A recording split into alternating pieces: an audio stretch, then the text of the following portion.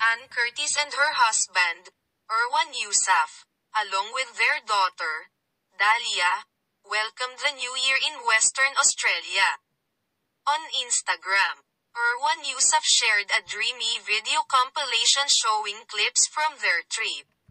First few snaps of the year, he wrote in the caption. Their small family could be seen having fun at an amusement park and Stolang by the beach in the video. On her Instagram, Ann also shared a beautiful photo of the sky and wrote, Western Australia sky has not disappointed since day one. Before the new year, the couple took Dahlia on a skateboarding date in their neighborhood.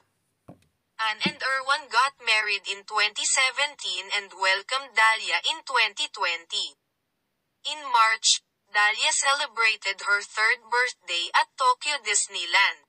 Ann is among the hosts of It's Showtime, which made its GTV debut in July last year.